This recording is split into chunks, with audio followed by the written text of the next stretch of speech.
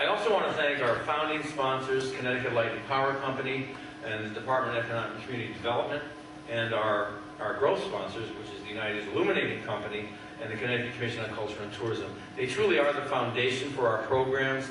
It's what allows us to do most of what we do. It frees us up to be doing that, and it's been really sturdy support over many years, and we really are appreciative of that.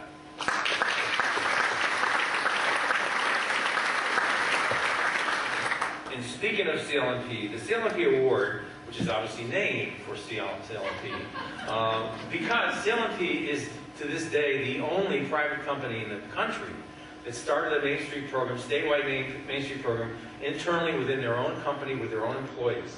And they did that for 5 years, and then in 2000 they decided to spin it off as a nonprofit, as it is still today, so that others could come and support it as well, and they've continued to be a stalwart supporter. And I'd like to invite up from Jeffrey Butler, President and CEO of CL&P, to make the presentation.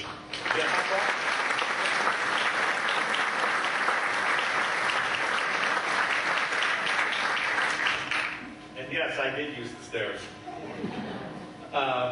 It's actually a great pleasure. Thank you, John. And it's a pleasure being here this evening with all of you. And first of all, I'd like to thank you and your staff for the outstanding work that you continue to do. And I think the whole entire team owes John and his staff a great round of applause.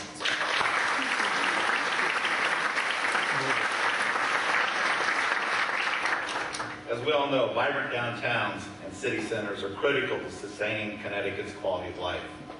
Buildings and sites in our historic downtown, especially those that are currently underutilized, represent an economic opportunity for new and expanding businesses. Communities in need of property tax revenue, and companies like ours whose fortunes are tied to the communities we serve. That very simply is why CL&P founded and continues to support the work at Connecticut Main Street Center. Since its inception, the Connecticut Main Street, as stated earlier, Center has helped generate nearly $1 billion in new and private public investment, create more than 400 net new businesses, and which now employ about 2,400 employees. And one of the interesting things I heard this evening was, since the reception started, designated programs have increased in net new businesses about 20% and net new jobs of 18%. That's going back to 2008. So not only has it been very successful in good times here in Connecticut, but in a time when the state needs basically every job that can be found or created, the center has done an outstanding job. And again, thank you, John, to you and your staff. To acknowledge our support, the Main Street Center created the CL&P Award in 2001. And I want to quote, "To recognize individuals and organizations who dedicate themselves to promoting awareness of the necessity of a comprehensive management approach to the revitalization of Connecticut's historic downtown and neighborhood commercial districts." This year's recipient, John Jankowski, who I had the pleasure of meeting probably about a year ago. And I've done a lot of interviews and things like that in my career, but sitting for an hour and then taking phone calls from customers was a memorable experience. I'll just let it stop at that. But News Director for Connecticut's National Public Radio richly deserves this award, as his excellent program, Where We Live, covers the state unlike any other. It is his studio that Connecticut residents can sit around the dinner table, cleverly disguised as a radio station, to discuss in a relaxed fashion our state's history and heritage, the art of place, making and economic developments, smart growth, sustainability, and other critical and emerging topics. Since 2008, he has brought Where We Live on the road, right to where we live and work, starting in our hometown of Berlin. I did say that right? Because I really get criticized when I say Berlin. He continued to host these conversations across the state. John came to us in 1994 from Pittsburgh, a unique place all to its own, where he grew up a fan of the hometown Steelers and the Pirates. I gotta say, I grew up in the San Francisco Bay Area, so the Raiders and Steelers had a unique relationship back in the 70s.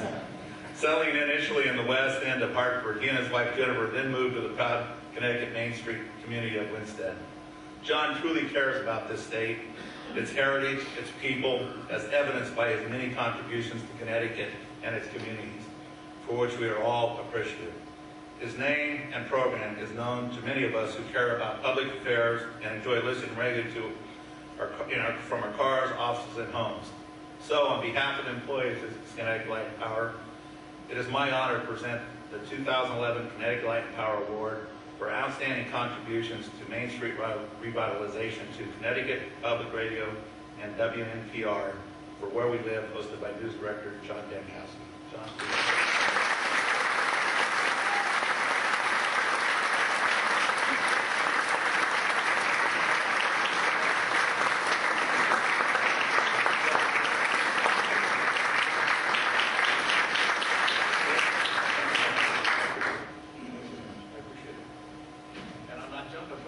Yeah. I have kids older than these two. Well, first of all, I want to thank you, as always, for coming on the show. We aim to create those memorable experiences for people where you get a chance to answer questions of listeners. This means a lot to us, and before I start with my the short remarks that I have, I want to say I love Torrington. I live up in Winstead. I'm here all the time, and you know, Main Street means a lot of things to a lot of people, but I don't know if any of you have taken a little voyage down the street. There's a little Mexican place called Las Delicias that is right next to the Dunkin' or the Dairy Queen. It's right there, and it's a wonderful little place where you can walk in almost any time during the weekend and get an amazing meal for very, very cheap and absolutely the best service you can imagine. It's the sort of thing you find in a little town, the sort of thing you find in Main Street. I make trips to Torrington to go to Las Delicias and other places. And so I just want to tell you that in case you don't know this town, come here. There's cool stuff all the time. I want to say another couple of quick things here. We lost a friend of community revitalization just this past week, a guy named Bob Holler, who was the executive director of the Melville Charitable Trust and who was part of an amazing project in Hartford called Billings Forge. And if you don't know anything about that community revitalization effort, you should. He died at the age of 78, and he devoted his life to all of these issues that you folks have been working so hard on. We're going to be doing a show, a tribute to him on Friday, and a lot of the work that you do is in alignment with what he did for his entire career, and I hope you'll listen on Where We Live on Friday in a tribute to Bob. I, of course, want to thank the Main Street Center and Northeast Utilities for this honor. We win a lot of awards. We're lucky. But a lot of those awards are awards that we've applied for. You know, we try to get those awards. And this is one that just came out of the blue. And so it means a lot to us, especially when it comes from people whose work we admire so much. This year actually marks Where We Live's 5-year anniversary. It started with the concept that public radio listeners value a sense of place more than anything else. It doesn't necessarily mean just the town we live in, but it means our local community and how that fits into a state, and into a region, and a country, and the world. Our towns and cities, though, are where we start with our program because they're the bedrock of life here in Connecticut, and they're where individuals can make the most difference. Since the start of our show, we've talked about, as you said, urban revitalization, suburban sprawl, and transit-oriented development, and historic preservation, and land use, and tax policy, and zoning. Yes, we actually like to talk about zoning on the program. We've also discussed architecture and aesthetics and design. In fact, I've been drawn to this idea that design really matters. That how things look and feel change the way we live and work in them, that it's important. We've also been devoted to the concept that in approaching public policy, while the jobs that we create are very important, we can't just be worried about job creation and economic development, that in the end what we're striving for here in this state and every place else is for a better quality of life. That includes leisure time, it includes open space, it includes safe streets, it includes good schools. When we talk about these things with lawmakers and academics and ordinary citizens every day, we hopefully get a bit closer to solving some of the intractable problems that we have in the state. We believe that we share that mission with the Connecticut Main Street Center. Now, aside from Where We Live, WNPR News has been committed to some of these various missions through our new small business project, headed up by Harriet Jones, which profiles entrepreneurs making a go of it during tough economic times, to our Capital Region Reporting Initiative, which focuses on the daily life of Hartford, to our award-winning environmental and education coverage. And this anniversary year, Where We Live, I want to announce a new initiative that will be getting us out into the community and helping us to connect with even more of you. It's called Project 169. It's an idea I've been kicking around for a while. In essence, it means making connections with all 169 towns and cities in our state through live, on-location broadcasts, and through developing contacts with the people who can help us go around the state to help us tell stories. These are people who can get inside what each community needs. So we'd like to hear about your insightful local blogger, and we'd like to hear about your indispensable town historian, and the people who can explain what happens in your town. So whether it's Putnam or Pawcatuck or Portland or New Preston, we want to hear from you. And if you have some ideas, you can get in touch with me. I, of course, want to thank John Simone and Kimberly Parsons Whitaker for helping us tell the stories of Main Street throughout the years. They've been wonderful to us. And thank you to Jeff Butler and everyone at CL&P for this honor. But most importantly, I want to thank the people who helped to make this possible, the talented production staff that I work with every day. Josie Holtzman is here. She's our producer whose first story for NPR was actually about a dance piece set in the New York City suburbs of Connecticut. She's taken us in her time here onto main streets, into storefronts and art projects, and down the historic Post Road. Josie, could you stand up just so everyone knows who you are? Josie Holtzman.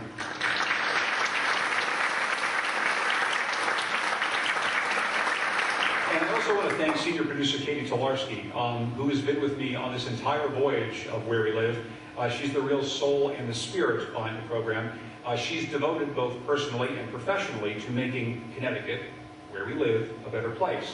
A place where young people don't leave for warmer climates, but where they stay and they build and they create and they thrive. It's a goal that I know you all have and that you share with Katie. Katie?